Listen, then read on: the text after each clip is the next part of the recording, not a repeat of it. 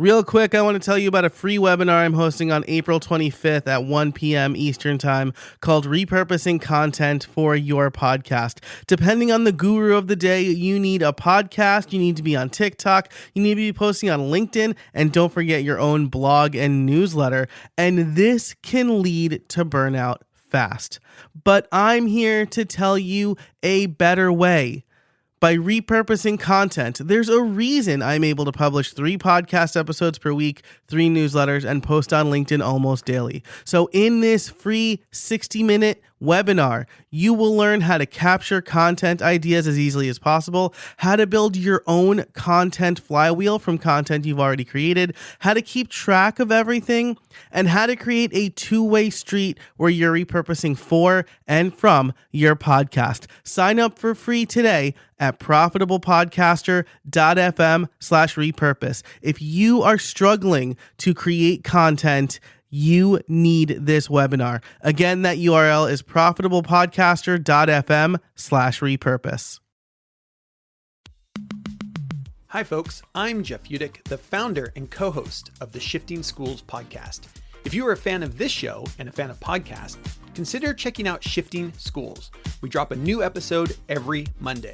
Also, be sure to check out over 60 free guides and resources we have for educators on our website at shiftingschools.com.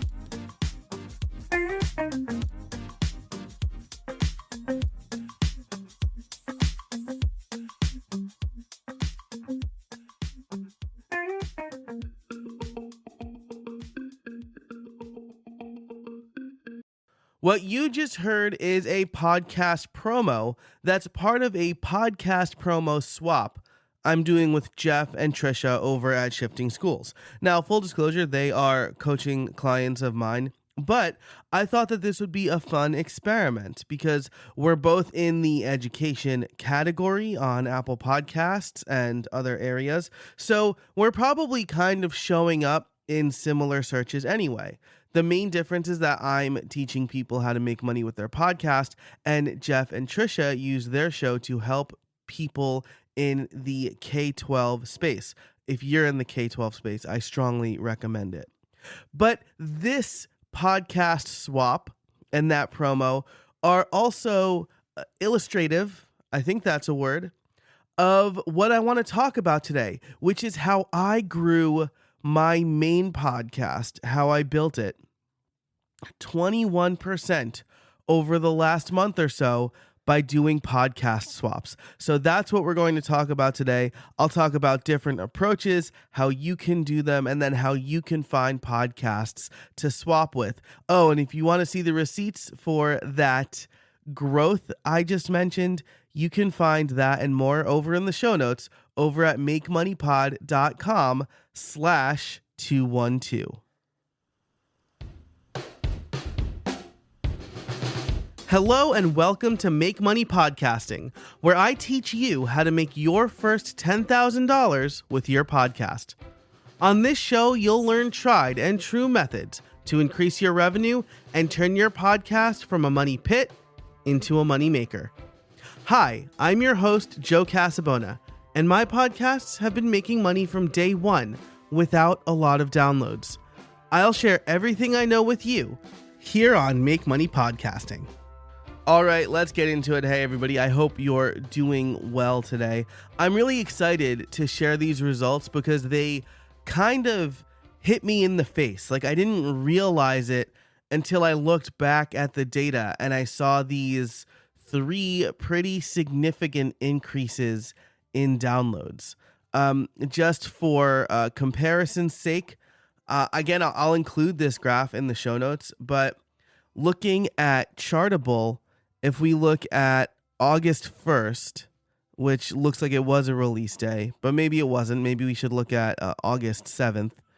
I had about 3,600 downloads on that day, and that was a release day. And that's pretty par for the course. I usually get between 2,800 and 3,600 downloads overall, right? Not just the first episode, on download days. Now, if we look further at that data, I actually saw a pretty good decrease on launch days from that point. So again, from like August 8th, I'm looking at the actual numbers now. August 8th, I had 3,396 downloads on launch day. If we go 1, 2, 3, 4, 5, 6, 7, the following launch day, I had nearly 1,000 fewer downloads. So maybe it's just like a summer slump. Maybe it was people traveling. Maybe people just weren't that interested in the podcast episodes. But from there, I had on launch days, I had 2,500, I had 2,800, I had 3,000. And then on September 5th, which was the first day of kind of 3 weeks in a row of me doing podcast swaps with other podcasts, I had 3,967 downloads. That is a considerable bump from the previous week and about 300 more downloads from the last highest date in this period. The following week, I had 4,510 downloads.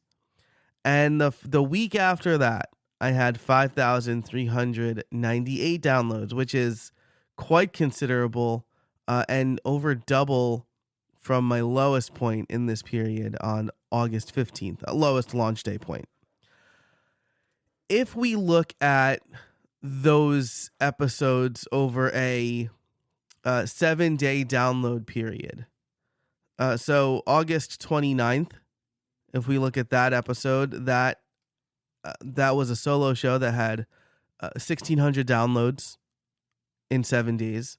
And then I saw it go up from there. But the one from last week that had the highest launch day downloads in a while was downloaded over 2,000 times in a 7-day download period, which is more. But the week before that was pretty close as well. So good growth over that period for me, for my show. And what led to that growth was those podcast swaps. So I want to share with you kind of a few ways to do podcast swaps, how you should approach them, and how to find podcasts to swap with. So those are the results. Getting your podcast in front of other people's audiences is definitely the best way to grow your podcast, because people are listening to a podcast at that point. So if they hear about a podcast that might be interesting to them, it's easy for them to subscribe, and it's free. Like, it's not going to cost them any money. So they're already listening. They're already in an app. It's free. So it's a really easy move. It's like the equivalent of like the gum upsell at when you're in checkout at a grocery store. So there are 3 ways. Now there are more ways, but there are 3 main ways to kind of do a podcast swap. The first is a promo swap. This is similar to what you heard at the top of the show with Jeff and Shifting Schools. Either the podcasters can read their own promo and swap them, or generally what I've done, and what I think this probably works a little bit better, each host reads a promo for the other show. So if I'm doing a podcast swap with you, I will write out a script or talking points, and then you read that at the top of your show. Pre-roll, according to some statistics I've read, I'll include these show notes over in makemoneypod.com/212. Pre-roll podcast promos do incredibly well. And a pre-roll is the best place to have them because they're not interrupting the flow. And when people start listening, they hear your voice and they're kind of, they've just started, right? So they're actively looking at their app probably. So pre-roll podcast promo swaps are the first way to do this. The second is a feed swap or feed drop. That's where each host drops an episode from the other show in their feed in an off day. And this is really important, right? So I publish on Mondays. I publish this show on Thursdays. And so if I were to do a feed drop for how I built it, I'd probably do that on a Thursday. If I was doing a feed drop for Make Money Pod, I'd probably do that on a Monday or a Tuesday. That way there's kind of enough space between the main episode and then the feed drop. So what I would do is I would get the audio. I would include bumpers. Like I would record an intro saying like, hey, this is a little different. You're going to hear a full episode of this podcast. I recommend it. Here's how you can subscribe. And then at the end, hey, I hope you enjoyed that. If you did, let me know if you started listening, whatever, like the sign off. But just to let people know, hey, this is not my own episode. This is somebody else's episode, but I strongly recommend you listen. And the feed swap can be a trailer or it could be a full episode. I'll leave that up to you, right? But a trailer drop might not be bad, right? Where I send somebody my trailer and then they can listen. Or with this show, especially, it's 20 minutes. It's not very long. So, they might be willing to drop the whole episode. If it's like a 2-hour interview show, right, maybe that's not a good fit. But this is where you use your discretion, and I'll get into that a little bit soon. The third way is to do guest or interview swaps, right? So this is where you interview the other host on your podcast, and then the other host interviews you on their podcast. And as I've said in a previous episode, I've definitely said it in my newsletter, which you can get over at podcastliftoff.com/subscribe. Going on other people's podcasts is a great way to grow your podcast, right? Pat Flynn has said that a lot of times. He gave me that advice when I was on his show, Ask Pat. And so going on there, just making sure your call to action is really clear, right? Hey, I also have a podcast, so check it out. So you could do guest or interview swaps as well.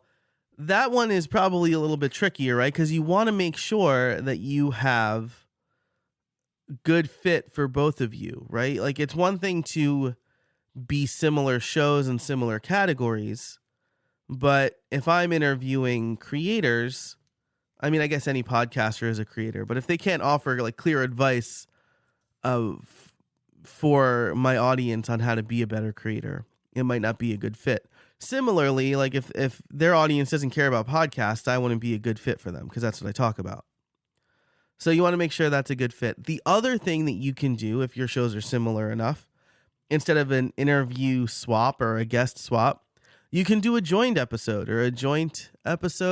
where you both kind of do a co-host situation, and then you release that same episode on your feed. I've done this at least once, and it was pretty fun. Like we just kind of recorded it. We didn't worry about the bumpers. We added those later. I added my advertisements in later, and it worked out pretty well. We got together. We recorded a piece of content. We both put it in our feeds, and then we had the calls to action to like, hey, go check out this person. So that's another option if you don't want to do a straight interview swap, right? If you want to just get together once, record an episode, right?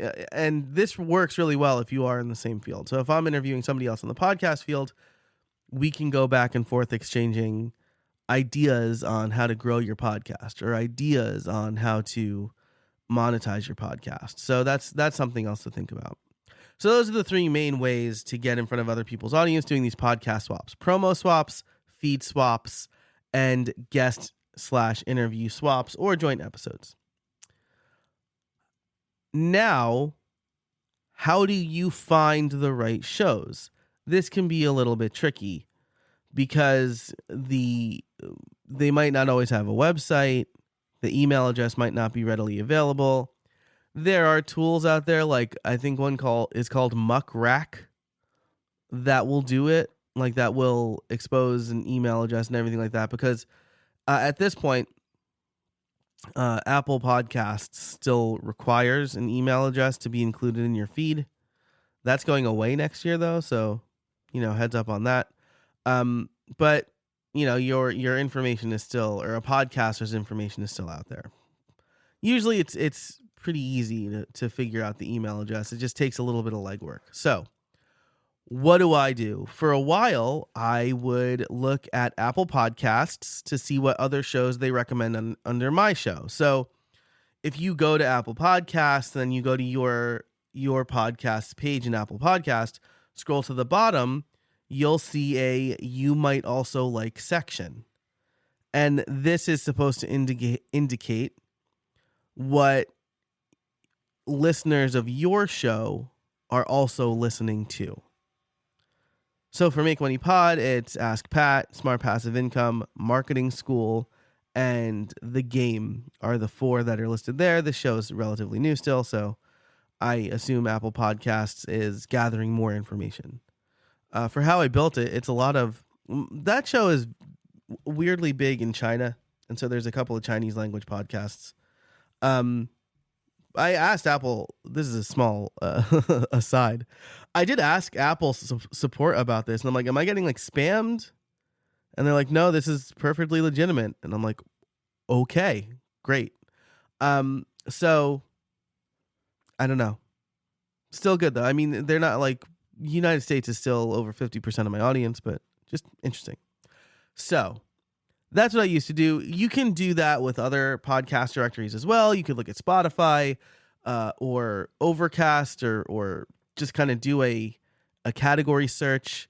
Listen Notes and Good Pods. Actually, Good Pods, I'll say, is a good resource for this. That's kind of like it's like they bill themselves as Goodreads for podcasts. So Good Pods is a good place to look, as well as Podchaser.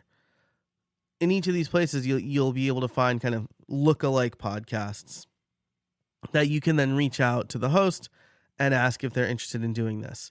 Now, the other thing you want to make sure you do is ensure it's an equitable trade, right? So I would never email Pat Flynn and be like, hey, you talk about podcasting on Smart Passive Income. I talk about podcasting on Make Money Pod. Let's do a podcast swap, because Pat gets, I'm going to assume, millions of downloads per episode. And this show at present is getting tens of downloads per episode. Maybe like 100 downloads per episode. I'm very close to like 1,000 lifetime downloads, where lifetime is like the last 4 months. So pretty happy about that. Either way though, that's not an equitable trade. So you also should look at download metrics. That's where Listen Notes comes in. They have like a percentage of podcasts that you sit in sometimes. According to them, my main show sits in like the top 1.5%. I don't know how accurate that number is, but that number compared to other numbers, right? They're using the same metrics across all podcasts. So you can at least see if you're kind of in the same ballpark. Because again, you do want to make it equitable. You want to make sure that you're doing a swap that makes sense for both of you. But there is another tool out there that I've been using lately from podcast marketer Lauren Pissell. She's the founder of Tink Media. She maintains a podcast promo swap database in Airtable. I love Airtable. I actually made a copy of this so I could keep track of who I've reached out to. But I've used this database to reach out to 20 podcasts similar to mine, either in size or scope. And as a result, I've landed promo swaps, feed swaps, and podcast interviews, which is really exciting. That last part is really exciting to me. And I'll bring this up so I can kind of, and again, I'll link this in the show notes, but there's a lot of really good information here. So if you look at the database, again, it's an Airtable base, but that might not be super relevant to you. It includes the name of the show, the description, a link to the podcast or website, average downloads per episode, categories that it's listed in, and then opportunities, where opportunities could be like promo, ad swap, open to guests, looking for interviews. So there's a lot of different opportunities here.